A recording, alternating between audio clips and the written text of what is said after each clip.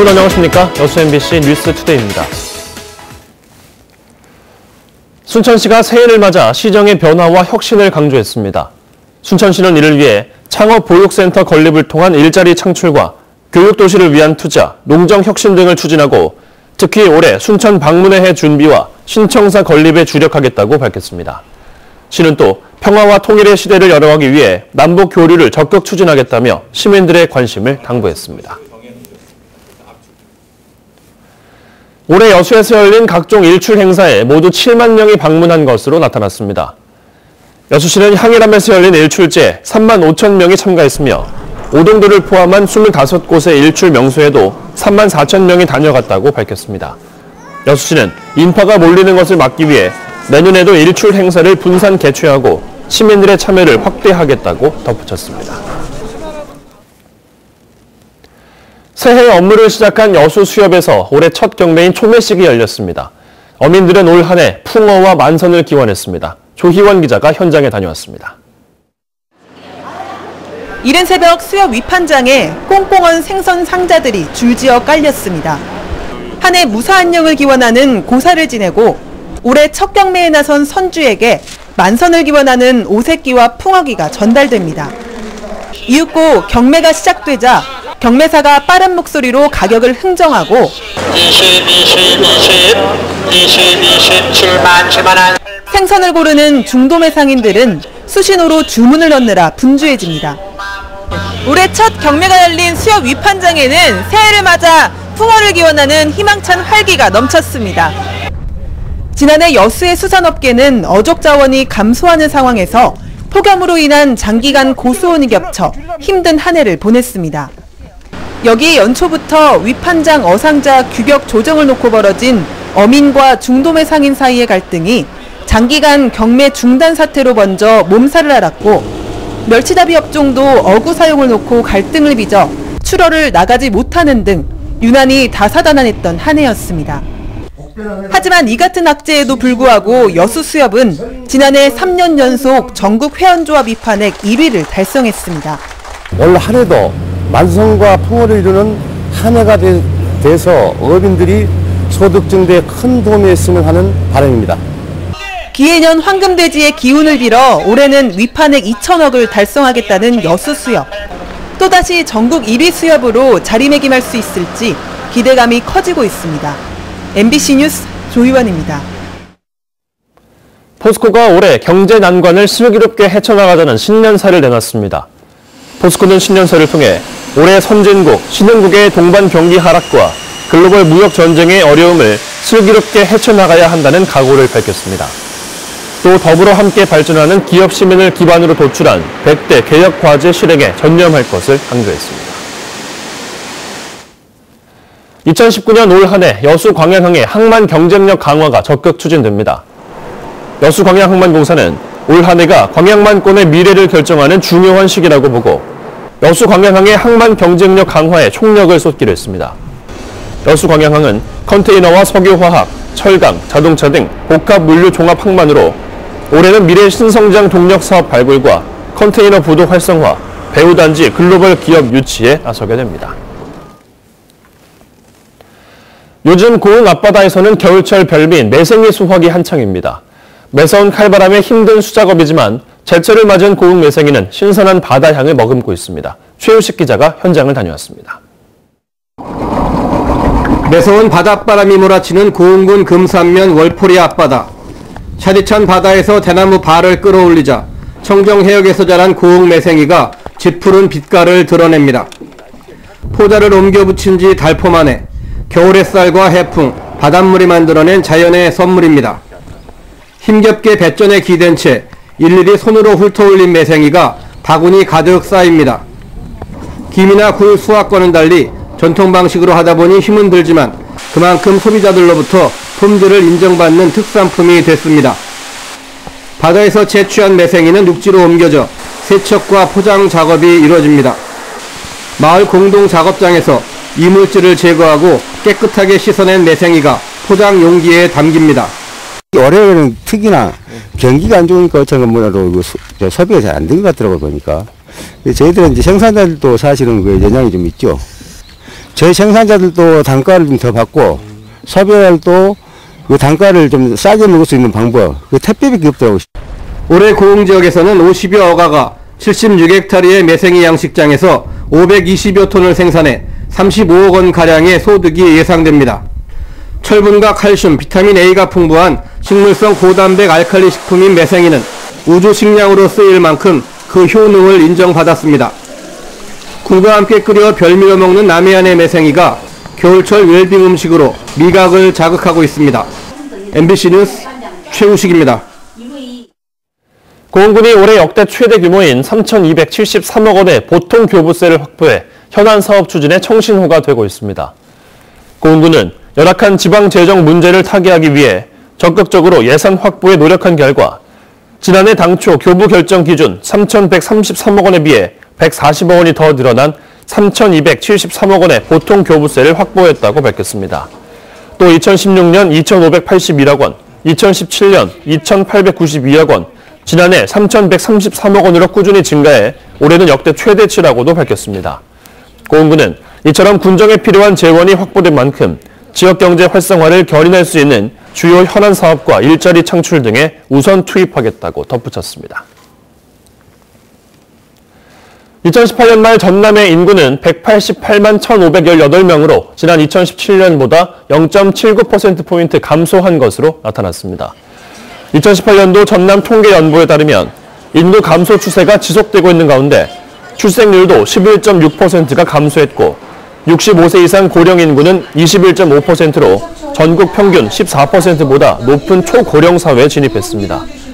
또 최종 소비 지출은 41조 4천억 원, 총소득은 59조 원으로 각각 전국 9위를 기록했지만 1인당 소득은 1,594만 원으로 전국 17개 지자체 가운데 16위를 차지했습니다. 올해 초부터 한전공대 설립을 위한 절차가 본격화됩니다. 그동안 뜨거운 이슈였던 한전공대 입지가 이번 달 안에 결정되고 나면 설립 절차가 속도감 있게 진행될 예정입니다. 이계상 기자가 보도합니다. 한전공과대학을 유치하기 위해 광주 지역 4개 자치구와 전남 쪽 나주시가 경쟁을 벌이고 있습니다. 지역 발전을 이끌 기회라는 점 때문에 각 지자체는 차별화된 재정 지원 방안을 마련해 한전공대 유치 전에 뛰어들고 있습니다. 출혈 경쟁이 불가피한 상황에서 정부는 후폭풍을 최소화하기 위해서 오는 4일 한전공대 설립과 관련된 기본 협약을 체결합니다.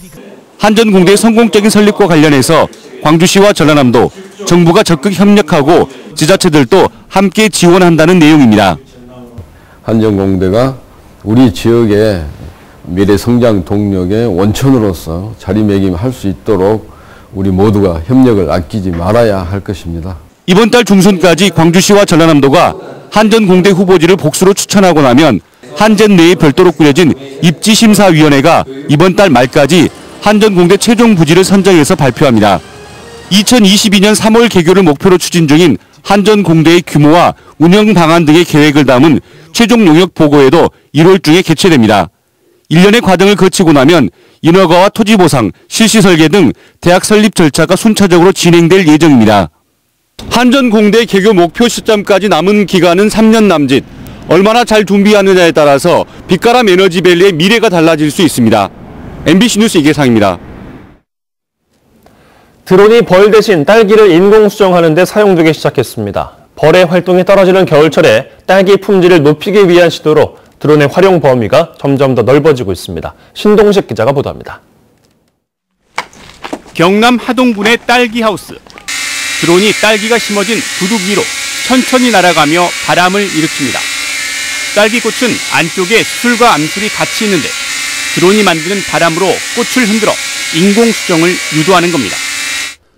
드론을 활용한 딸기 인공 수정은 이번에 국내에서 처음으로 시도되는 사업입니다. 주로 벌을 이용해 수정을 하지만 겨울철 기온이 떨어지면 벌의 활동이 줄어 수정률이 낮아지고 상품성도 떨어져 농민들의 고충이 많았습니다. 꽃가루도 많이 나오지도 안 하고 형성도 안 되고 또 벌의 활동이 저조합니다. 그래서 기형과율이 높습니다. 드론을 활용한 인공 수정이 성공하면 벌을 키우는 노력이나 비용을 줄이고 한겨울에도 안정적인 딸기 생산이 가능할 것으로 기대됩니다. 기존 산업에다가 드론이 접목함으로 해서 관련 산업을 고도화할 수 있다 보고요. 비용이나 경비나 시간들을 상당히 절감할 수가 있습니다. 착과율과 생산량 등을 비교 분석해 사업의 효과가 높을 경우 드론을 이용한 인공수정 대상은 확대될 계획입니다. 항공 촬영과 건축, 인명수색 등 다양한 분야에서 활용되고 있는 드론이 농어에서도 파종과 방제, 방역 등의 작업을 넘어 새로운 영역으로 계속 날아들고 있습니다. MBC 뉴스 신동식입니다. 계속해서 희망 2019 나눔 캠페인에 성금 보내주신 분들입니다. 순천시 덕연동 18통 주민 1동 20만 원, 여수시 대교동 5통 주민 1동 17만 5천 원, 순천시 왕조 1동 우명마을 주민 1동 17만 원, 향동 11통 주민 1동 13만 2천 원, 왕조 1동 조례 택지 주민 1동 12만 원, 순천시 왕조 1동 신월경로당 회원 1동 10만 9,890원, 여수시 미평동 20통장 김종미 10만 원, 쌍봉동 39통장 서미숙 10만 원, 순천시 덕연동 새마을 부녀회 1동 10만 원, 여수시 대교동 최종배 10만 원, 순천시 왕조 1동 주공 5차 아파트 501동 주민 1동 84,870원, 여수시 돌산 박경자 5만 원, 쌍봉동 8통장 정현덕 5만 원, 미평동 8통장 양옥자 5만 원, 고락경로당 5만 원, 순천시 왕조 1동 주공 5차 아파트 502동 주민 1동 3만 원. 성금을 보내주신 분들께 감사드립니다. 희망 2019 나눔 캠페인은 1월 말까지 접수합니다. 시청자 여러분의 많은 관심과 참여 바랍니다. 전라남도가 지역 소상공인을 위해 카드 수수료 부담이 없는 제로페이를 시행하기로 했습니다. 전라남도는 민선 7기 도지사 공약 사업인 제로페이를 올해부터 시행하기로 하고 소비자가 스마트폰으로 소상공인 가맹점의 QR코드를 스캔해 구매 금액을 입력하면 구매 대금이 즉시 이체될 수 있도록 했습니다. 이 같은 제로페이가 시행되면 중간에서 은행과 결제 플랫폼으로 지불했던 결제 수수료가 연매출 구간별로 감면돼 0%대에 가까운 수수료가 적용됩니다. 우리나라를 찾은 철새 개체수가 증가하면서 방역당국이 조류 인플루엔자 발병에 촉각을 세우고 있습니다.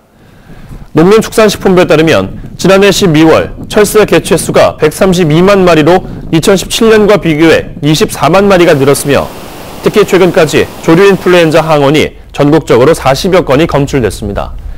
이에 따라 농림축산식품부는 관계부처와 함께 지자체들의 방역 상황 점검을 강화하고 가금 농가들의 철저한 소독도 당부했습니다. 전라남도가 농식품부 공모 예정인 스마트팜 혁신밸리 조성사업 신청 지역으로 고흥군을 선정했습니다. 전라남도는 올해 농식품부 공모 사업에 참여하기 위해 고흥군과 나주시가 제출한 예비 신청서를 평가한 결과 고흥군을 최종 선발했다고 밝혔습니다.